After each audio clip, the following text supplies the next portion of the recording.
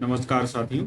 आज की क्लास में KGMU nursing officer special practice test number 81 solve करेंगे। Question number 1, which of the following is true about ARDS? निम्न में से कौन एआरडीएस के बारे में सही है?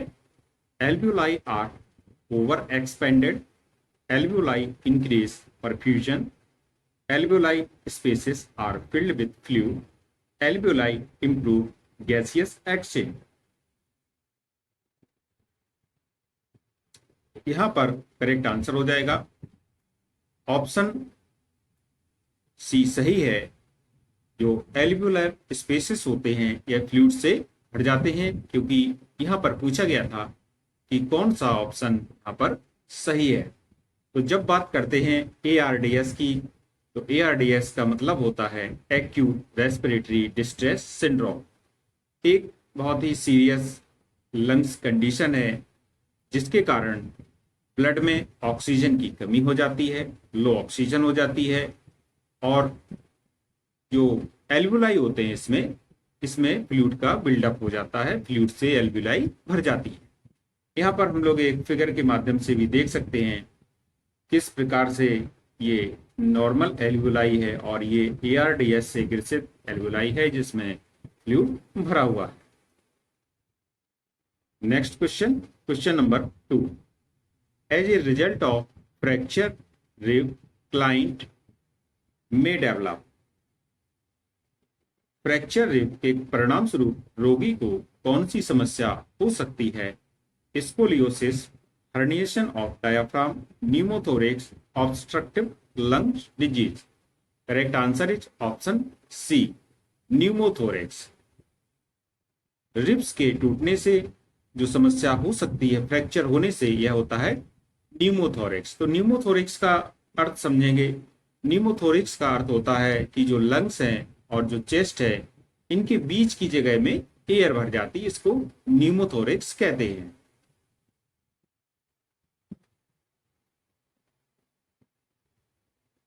A fractured rib can puncture or tear the lung tissue or pleura, the membrane surrounding the lungs, which may lead to pneumothorax, air leaking into the pleural cavity। टूटी हुई पसली फेफड़ों की झिल्ली या फेफड़ों के ऊतक को भेद सकती है, जिससे न्यूमोथोरेक्स हो सकता है, जिसके कारण फेफड़ों और छाती की दीवार के बीच की जगह में हवा भर जाती है। नेक्स्ट क्वेश्चन की ओर चलते हैं। Question number 3, Which of the following indicates improvement in ARDS patient? निम्न में से कौन दर्शाता है कि ARDS रोगी की स्थिति में सुधार हो रहा है? Arterial blood gas, ABG values, bronchoscopy result, increased blood pressure, sputum culture and sensitivity result. Correct answer हो जाएगा इसका। जब बात करते हैं ARDS की, मीन्स होता है एक्यूट रेस्पिरेटरी डिस्ट्रेस सिंड्रोम। तो इसमें यदि रोगी को आराम मिल रहा है तो ऑप्शन ए सही हो जाएगा। मीन्स उसका जो एबीजे वैल्यूज है, आर्टेरियल ब्लड गैस है, ये इसमें सुधार हो रहा होता है, इसलिए ऑप्शन ए यहां पर सही है। Improvement in ABG values like increased PaO2, reduced PaCO2 source better gas exchange. ABG report में सुधार दर्शाता है कि गैस विनिमय में सुधार हो रहा है। Next question,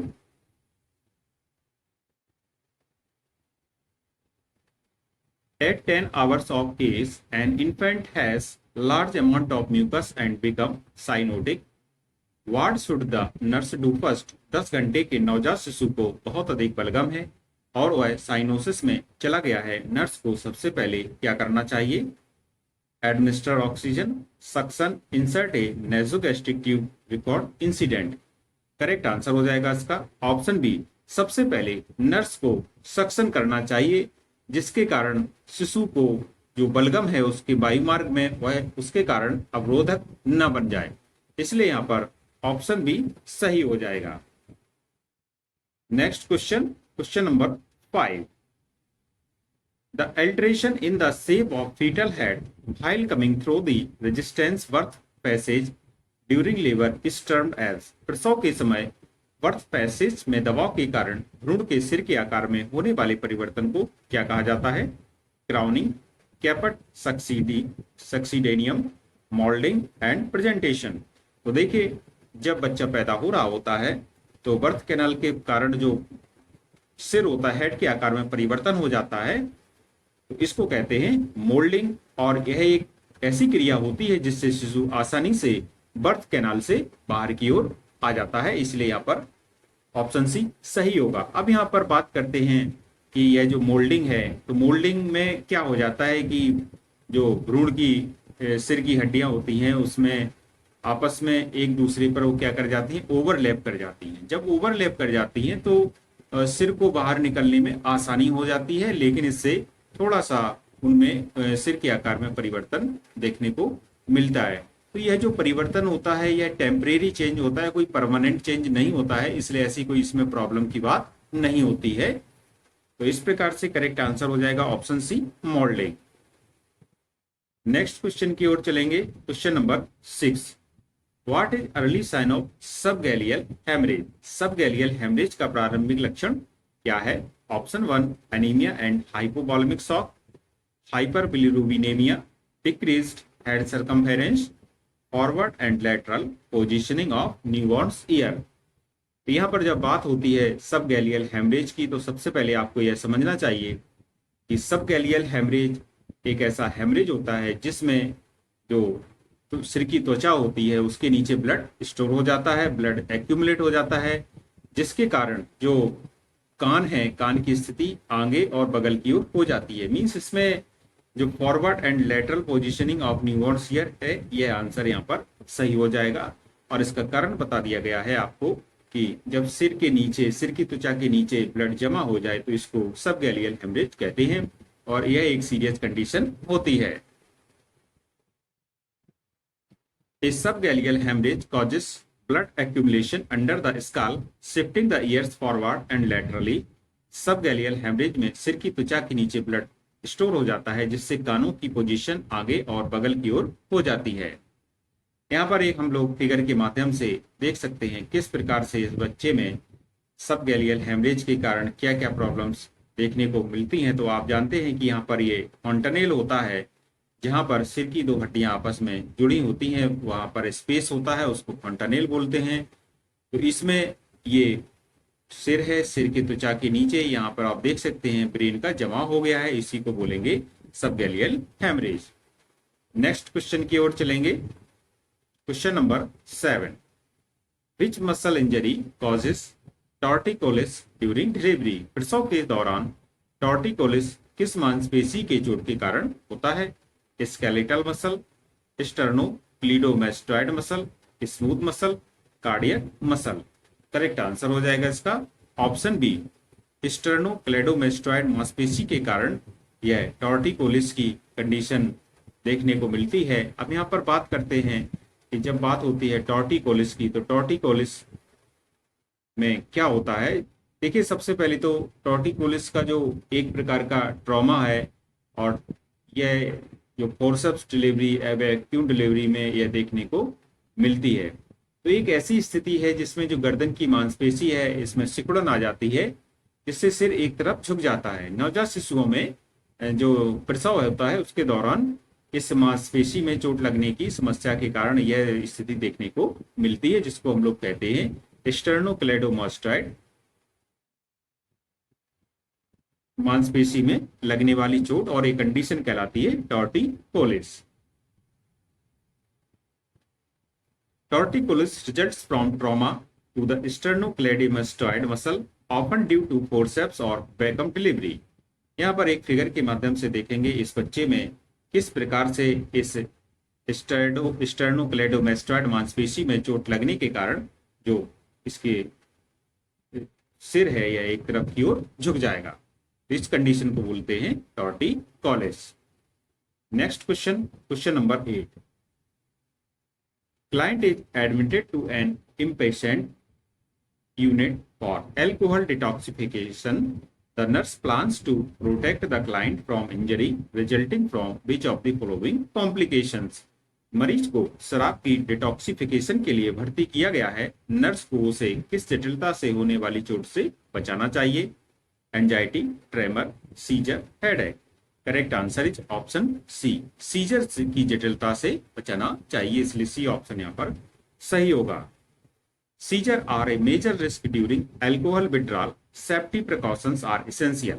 शराब छोड़ने की प्रक्रिया में के दौरान सबसे बड़ा खतरा सीजर का होता है, इसलिए रोगी की सुरक्षा नर्स की प्राथमिकता होनी चाहिए।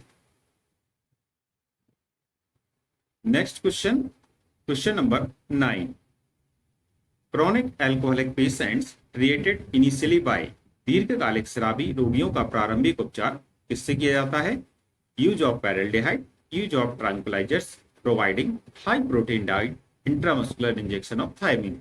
तो जब कि कोई बहुत ही अधिक दिन से व्यक्ति शराब पी रहा हो, एल्कोहल का सेवन कर रहा हो, तो इस व्यक्ति में विटामिन B1 मीन्स थायमिन की कमी होने की संभावना अधिक होती है, जिससे कि जो प्रॉब्लम क्रिएट होगी इसको बोलते हैं वर्निक्स कॉर्साकॉफ।